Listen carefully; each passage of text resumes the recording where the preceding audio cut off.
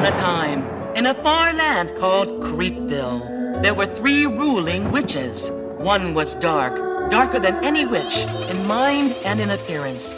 One was joyous, always chasing fun. And one was mindful, unifying the soil and the soul, one ritual at a time. As different as they are, they all sought friends and good times. One day, good times found them in the form of an aftermovie, showing the magic break experience. It was upbeat, it was dark, it was scenic. It was everything they were looking for. Fascinated, they went to their own ways to cast a spell and bring Magic Break into their homeland, Creepville.